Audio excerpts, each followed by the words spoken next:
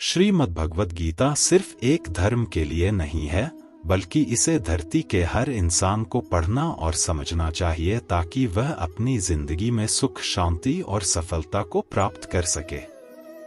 कहा जाता है कि जिस घर में गीता का पाठ हर रोज पढ़ा जाता है या सुना जाता है, उस घर में भगवान श्री कृष्ण आते रहते हैं। श्रीमद् भगवद गीता साक्षात भगवान की दिव्य वाणी है। इसकी महिमा अपार है, अपरिमित है। उसका यथार्थ में वर्णन कोई नहीं कर सकता। शेष, महेश, गणेश भी इसकी महिमा को पूरी तरह से नहीं कह सकते। फिर मनुष्य की तो बात ही क्या है। भागवत गीता में कुल 18 अध्याय और 700 श्लोक हैं, जिसे सभी के लिए पढ़ पाना थोड़ा मुश्किल है। इसीलिए आज के इस बेहद ही खास वीडियो में हम श्रीमद् भगवद गीता के 18 अध्याय के 700 श्लोकों के सार के बारे में बात करेंगे, जिन्हें जानकर आप श्रीमद् भगवद गीता का सही मतलब समझ पाएंगे। इसलिए इन विचारों को आप हर रोज रात में सोने से पहले जरूर सुनें। तो चलिए जानते हैं भागवत गीता के 700 श्लोकों के सार के बारे में। भगवान श्री कृष्ण कहते हैं कि हे अर्जुन, मैं सभी प्राणियों के हृदय में स्थित सबका आत्मा हूं। संपूर्ण प्राणियों का आदि, मध्य और अंत भी मैं ही हूं। मैं सूर्य हूं। मैं वेदों में सामवेद हूं। देवों में इंद्र हूं। इंद्रियों में मन हूं। मैं ब्रह्मा हूं। मैं विष्णु हूं। मैं महेश हूं।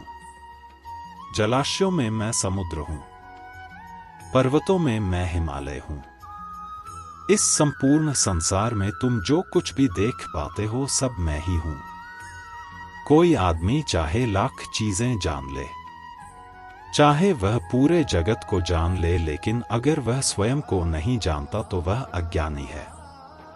अगर कोई आपको ठुकरा दे तो बुरा मत मानना, क्योंकि वे वास्तव में आपकी कीमत नहीं जानते। जो रिश्ता हमें रुला दे उससे गहरा कोई रिश्ता नहीं, और जो रिश्ता हमें रोता हुआ छोड़ दे उससे कमजोर कोई रिश्ता नहीं। हमेशा शांत रहें। इससे आप अपने जीवन में खुद को बहुत मजबूत पाएंगे, क्योंकि लोहा ठंडा होने पर ही मजबूत होता है, पर गर्म होने पर तो उसे किसी भी आकार में ढाला जा सकता है। किसी विपत्ति के समय आपको यह 7 गुण बचाएंगे: आपका ज्ञान, आपकी विनम्रता, आपकी बुद्धि, आपके भीतर का साहस, आपके अच्छे कर्म, सच बोलने की आदत और ईश्वर में विश्वास। आत्मा हमेशा जानती है कि सही क्या है और गलत क्या है, लेकिन मनुष्य के सामने चुनौती तो मन को समझने की होती है। मुश्किल समय में व्यक्ति अकेला हो जाता है, लेकिन मुश्किलों की वजह से वही व्यक्ति मजबूत हो जाता है। जो आपको सम्मान दे उसी को सम्मान दीजिए। हैसियत देखकर सर झुकाना कायरता का लक्षण है। हे अर्जुन, जो ना कभी हर्षित होता है, ना किसी से द्वेष करता है, ना शोक करता है, ना कामना करता है, जो शुभ और अशुभ संपूर्ण कर्मों का त्यागी है, वह ज्ञानी मनुष्य मुझको अति प्रिय है। मुझे पाने के 3 तरीके हैं: ध्यान योग, ज्ञान योग और कर्म योग, और इन सब में कर्म योग सबसे प्रधान है। किसी पर विश्वास करना हो तो उनकी बातों पर नहीं, उनकी हरकतों पर ध्यान दो। गुस्से के वक्त थोड़ा रुक जाने से और गलती के वक्त थोड़ा झुक जाने से जिंदगी और भी आसान हो जाती है। भगवान श्री कृष्ण कहते हैं, जो मनुष्य मुझे जान लेता है वह जन्म मरण के बंधनों से मुक्त हो जाता है। जो मनुष्य भगवत गीता को पढ़कर उस पर अमल करता है, उसके सारे दुष्कर्म का प्रभाव समाप्त हो जाता है। जो भाग्य में है वह भाग कर आएगा, और जो भाग्य में नहीं है वह आकर भी भाग जाएगा। जैसे हवा के झोंके नाव को भटका देते हैं, वैसे ही मनुष्य की इच्छाएं बुद्धि को भटका देती हैं। एक समझदार व्यक्ति वही है जो दूसरों को देखकर उनकी विशेषताओं से सीखता है, उनसे तुलना और ईर्ष्या नहीं करता। शस्त्र केवल शरीर को घायल कर देते हैं, किंतु शब्द आत्मा को भी घायल कर देते हैं।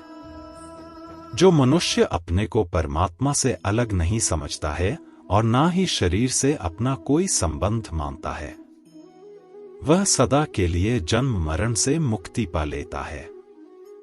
जो व्यक्ति आध्यात्मिक जागरूकता के शिखर तक पहुंच चुके हैं, उनका मार्ग है निस्वार्थ कर्म, और जो भगवान के साथ संयोजित हो चुके हैं, उनका मार्ग स्थिरता और शांति है।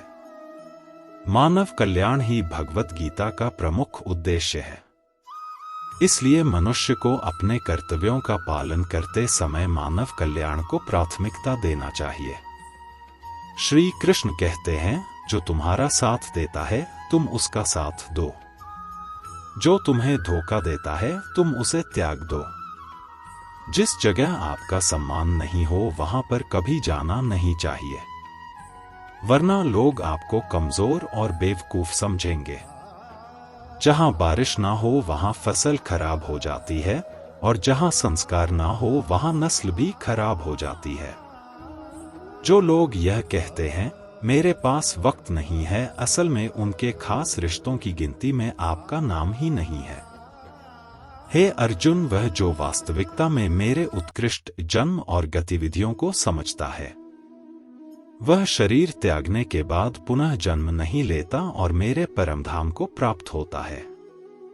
वह व्यक्ति जो सभी इच्छाएं त्याग देता है और मैं और मेरा की लालसा और भावनाओं से मुक्त हो जाता है, उसे अपार शांति की प्राप्ति होती है। जिस मनुष्य के अंदर ज्ञान की कमी और ईश्वर में श्रद्धा नहीं होती, वह मनुष्य जीवन में कभी भी आनंद और सफलता को प्राप्त नहीं कर पाता है। ईश्वर ने हमें जो कुछ भी दिया है वही हमारे लिए पर्याप्त है, और यही एक अटल सत्य भी है। संयम, सदाचार, स्नेह एवं सेवा, यह गुण सत्संग के बिना नहीं आते हैं। ईश्वर से किए गए प्रार्थना से इंसान की परिस्थिति या तकदीर बदले या ना बदले, पर उस प्रार्थना से इंसान के चरित्र में जरूर बदलाव आता है। बात इतनी मधुर रखो कि कभी वापस भी लेनी पड़े तो आपको कड़वी ना लगे। खुद में थोड़ा स्वाभिमान होना जरूरी है, वरना लोग आपको वहां भी दबाने की कोशिश करेंगे जहां आपका अधिकार है। कोई एक महापुरुष ही आत्मा को आश्चर्य की भांति देखता है, वैसा ही दूसरा कोई महापुरुष ही इसके तत्व का आश्चर्य की भांति वर्णन करता है, तथा दूसरा कोई अधिकारी पुरुष ही इसे आश्चर्य की भांति सुनता है, और कोई तो सुनकर भी इसको नहीं जानता है। श्री कृष्ण कहते हैं, दुख सुख को समान समझने वाले जिस धीर पुरुष को यह इंद्रिय और विषयों के सहयोग व्याकुल नहीं करते, वह मोक्ष के योग्य होता है। जब तक तुम अपने आप से नहीं हार जाओ, तब तक दुनिया की कोई ताकत तुम्हें हरा नहीं सकती। कमजोर तुम नहीं, तुम्हारा वक्त है, और वक्त सबका बदलता है। तुम बस अपना कर्म करते जाओ। जिसने कभी संकट नहीं देखा उसे अपनी ताकत का कभी एहसास नहीं होगा। जो दूसरों की तकलीफों को समझते हैं, जिनमें दया है, जो दिल से अच्छे हैं, उन्हें दोबारा जन्म नहीं लेना पड़ता। किसी को कुछ देकर घमंड मत कर। क्या पता तू दे रहा है या पिछले जन्म का कर्ज चुका रहा है। घमंडी मनुष्य का वंश, वैभव और प्रतिष्ठा तीनों ही चले जाते हैं। विश्वास ना हो तो रावण, कौरव और कंस को देख लो। चुप रहने से बड़ा कोई जवाब नहीं, और माफ कर देने से बड़ी कोई सजा नहीं। जिस मनुष्य के पास सब्र की ताकत है, उस मनुष्य की ताकत का कोई मुकाबला नहीं कर सकता।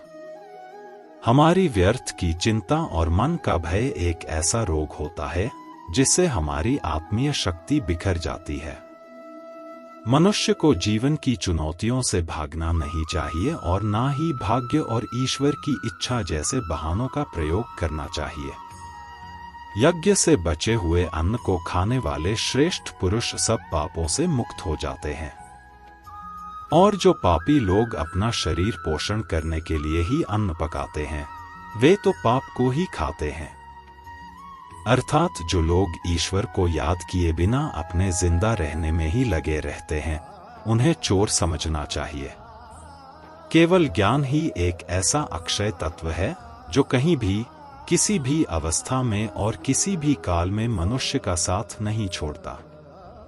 धरती पर जिस प्रकार मौसम में बदलाव आता है, उसी प्रकार जीवन में भी सुख दुख आता जाता रहता है। युद्ध हो या जीवन, सफलता केवल 3 शस्त्रों से प्राप्त होती है: धर्म, धैर्य और साहस। कोई भी मनुष्य जन्म से नहीं बल्कि अपने कर्मों से महान बनता है। कुछ पाना है तो खुद पर भरोसा कीजिए, क्योंकि सहारे कितने भी सच्चे और अच्छे हो, साथ छोड़ ही जाते हैं। मित्र गरीब है या अमीर यह मायने नहीं रखता, बल्कि वह आपके बुरे समय में आपका साथ कितना देता है यह मायने रखता है। धर्म चाहे जो भी हो, अच्छे इंसान बनो। हिसाब हमारे कर्म का होगा, धर्म का नहीं। खुशी के लिए काम करोगे तो खुशी नहीं मिलेगी, लेकिन खुश होकर काम करोगे तो खुशी जरूर मिलेगी। जब आप दूसरों के लिए अच्छा चाहते हैं तो वही अच्छी चीजें आपके जीवन में वापस आती हैं। यही प्रकृति का नियम है। आपका मूल्य इससे तय नहीं होता कि आप क्या हैं। यह इससे तय होता है कि आप खुद को क्या बनाने की क्षमता रखते हैं। हंसता हुआ मन और हंसता हुआ चेहरा, यही सच्ची संपत्ति है। जितना इंतजार वह आपसे करवा रहा है, समय आने पर वह इतना देगा कि संभाल भी नहीं पाओगे। कोई आपका साथ ना दे तो निराश मत होना, क्योंकि परमात्मा से बड़ा हमसफर कोई नहीं होता। खुशी आजादी पर निर्भर होती है, और आजादी इस बात पर निर्भर होती है कि आप कितने साहसी हैं। विश्वास के बगैर इस दुनिया में कोई भी रिश्ता ज्यादा देर तक कायम नहीं रह सकता। यदि किसी भूल के कारण कल का दिन दुख में बीता तो उसे याद कर आज का दिन व्यर्थ ना करें। बहुत से ऐसे लोग हैं जो कर्म करते हुए ही परम सिद्धि को प्राप्त हुए थे। जनक आदि ज्ञानी जन भी आसक्ति रहित कर्म द्वारा ही परम सिद्धि को प्राप्त हुए थे। इसलिए मनुष्य को हमेशा अच्छे कर्म करने चाहिए और फल की अभिलाषा से दूर रहना चाहिए। हे अर्जुन, मेरा इन तीनों लोकों में ना तो कुछ कर्तव्य है और ना ही कोई वस्तु प्राप्त करने योग्य है। फिर भी मैं कर्म करते हुए अपने कर्तव्य का निर्वाह करता हूँ। श्री कृष्ण कहते हैं, हे पार्थ, यदि मैं कर्मों को करने में सावधानी ना बरतूं तो बड़ा अनर्थ हो जाएगा, क्योंकि मनुष्य सब प्रकार से मेरे ही मार्ग का अनुसरण करते हैं। इस दुनिया में हारे हुए इंसान की, तकलीफ में पड़े हुए इंसान की कोई मदद नहीं करता, और अगर कोई इंसान थोड़ा सा सफल हो जाए तो उससे कोई खुश नहीं होता। इसीलिए अपना दुख किसी को बताओ मत और अपनी खुशी किसी के आगे जताओ मत। मनुष्य का आहार हमेशा सात्विक और संतुलित होना चाहिए। जिस इंसान को यह समझ नहीं कि क्या खाना चाहिए, कितना खाना चाहिए, कहाँ खाना चाहिए और कैसे खाना चाहिए, वह परमात्मा को कभी नहीं पा सकता। जो मंदबुद्धि मनुष्य सिर्फ दिखावे के लिए कहता है कि उसने समस्त इंद्रियों को वश में कर लिया है, परंतु वह मन ही मन उन इंद्रियों के विषयों का चिंतन करता रहता है, वह मनुष्य मिथ्याचारी अर्थात दंभी कहा जाता है। जो पुरुष परंपरा से नहीं चलता, सृष्टि चक्र के नियमों का पालन नहीं करता अर्थात अपने कर्तव्य का पालन नहीं करता, वह इंद्रियों के द्वारा भोगों को भोगने वाला पापी पुरुष व्यर्थ ही जीता है। परंतु जो मनुष्य आत्मा में ही रमण करने वाला और आत्मा में ही तृप्त तथा आत्मा में ही संतुष्ट हो, उसके लिए कोई कर्तव्य नहीं है। आत्मा का मतलब यहाँ सबसे बड़ा सच है, और जो सत्य को समझता है, सत्य में ही खुश होकर सत्य में ही रहता है, उसके लिए कोई कर्तव्य नहीं है।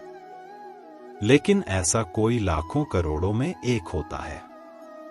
उस महापुरुष का इस विश्व में ना तो कर्म करने से कोई प्रयोजन रहता है और ना कर्मों के ना करने से ही कोई प्रयोजन रहता है, तथा संपूर्ण प्राणियों में भी इसका स्वार्थ से कोई संबंध नहीं रहता।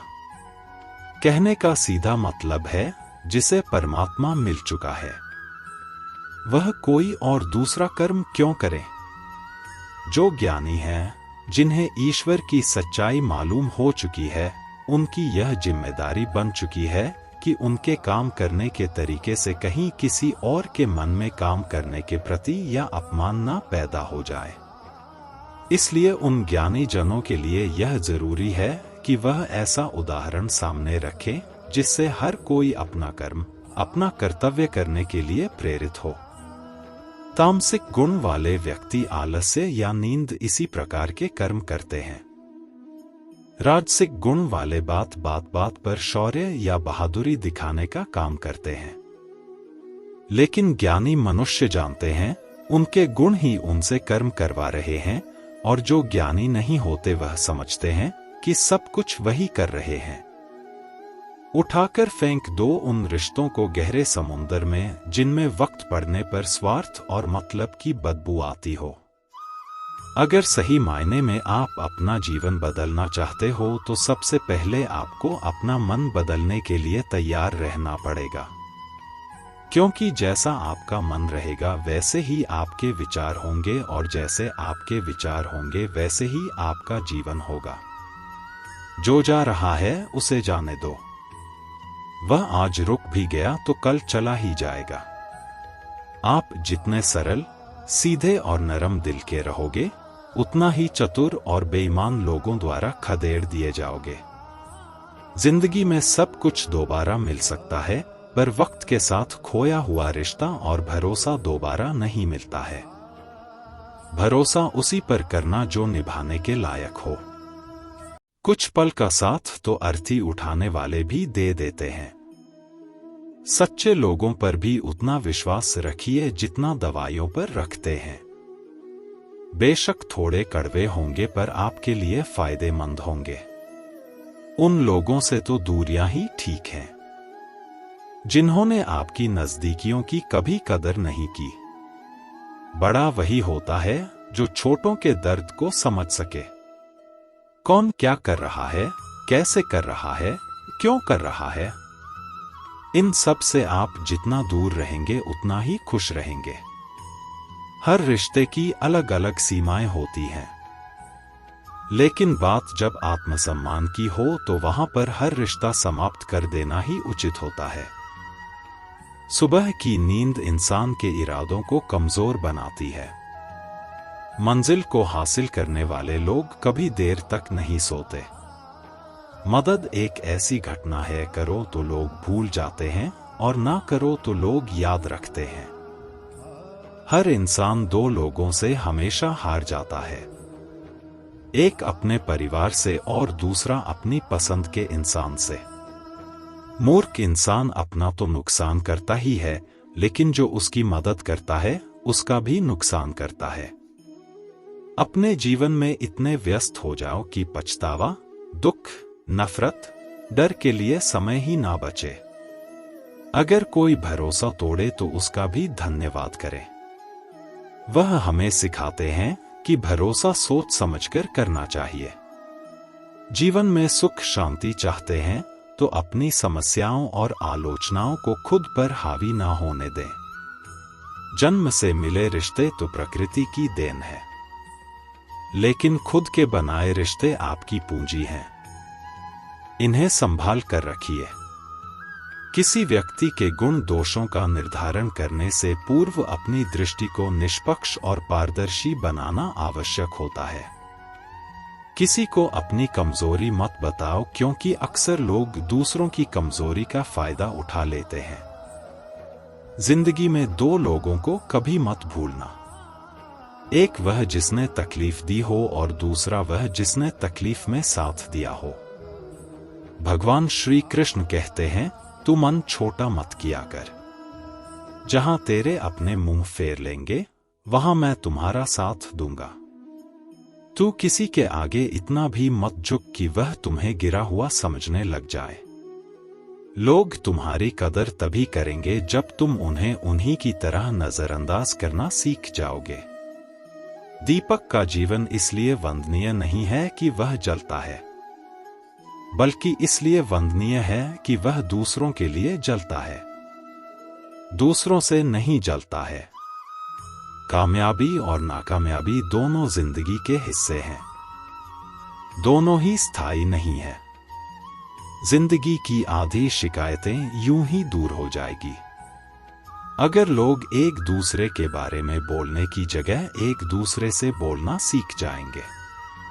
विश्वास किसी पर इतना करो कि वह तुम्हारे साथ छल करते समय खुद को दोषी समझे, और प्रेम किसी से इतना करो कि उसके मन में सदैव तुम्हें खोने का डर बना रहे। 4 वेदों का अर्थ नहीं भी जानो तो कोई बात नहीं, लेकिन समझदारी, जवाबदारी, वफादारी और ईमानदारी, इन 4 शब्दों का मर्म जान लो तो भी जीवन सार्थक हो जाएगा। समबुद्धि युक्त पुरुष पुण्य और पाप दोनों को इसी लोक में त्याग देता है, अर्थात उनसे मुक्त हो जाता है। जिस काल में तेरी बुद्धि मोह रूप दलदल को भली भांति पार कर जाएगी, उस समय तो सुने हुए और सुनने में आने वाले इस लोक और परलोक संबंधी सभी भोगों से वैराग्य को प्राप्त हो जाएगा। हे अर्जुन, जिस काल में मनुष्य मन में स्थित संपूर्ण कामनाओं को भली भांति त्याग देता है और आत्मा से आत्मा में ही संतुष्ट रहता है, उस काल में वह स्थित प्रज्ञ कहा जाता है। दुखों की प्राप्ति होने पर जिसके मन में उद्वेग नहीं होता, सुखों की प्राप्ति में जो सर्वथा स्पृहा रहित है, तथा जिसके राग, भय और क्रोध नष्ट हो गए हैं, ऐसा मुनि स्थिर बुद्धि कहा जाता है। जिस प्रकार कछुआ सब ओर से अपने अंगों को जैसे समेट लेता है, वैसे ही जब पुरुष इंद्रियों के विषयों से इंद्रियों को सब प्रकार से हटा लेता है, तब उसकी बुद्धि स्थिर है। ऐसा समझना चाहिए। किससे, कब और कितना बोलना है, अगर तुमने यह समझ लिया तो तुम अपनी जिंदगी के सार्थक बन चुके हो। कान्हा कहते हैं, जीवन में कभी मौका मिले तो किसी के लिए सारथी बनना स्वार्थी नहीं। धर्म से भरा हृदय धर्म का परामर्श देता है और अधर्म से भरा हृदय अधर्म का परामर्श देता है। इंसान इसलिए दुखी नहीं है कि वह ईश्वर को नहीं मानता। इंसान इसलिए दुखी है क्योंकि वह ईश्वर की नहीं मानता। समय आने पर सबको मिलता है। समय से पहले की चाह ही दुख का कारण बनती है।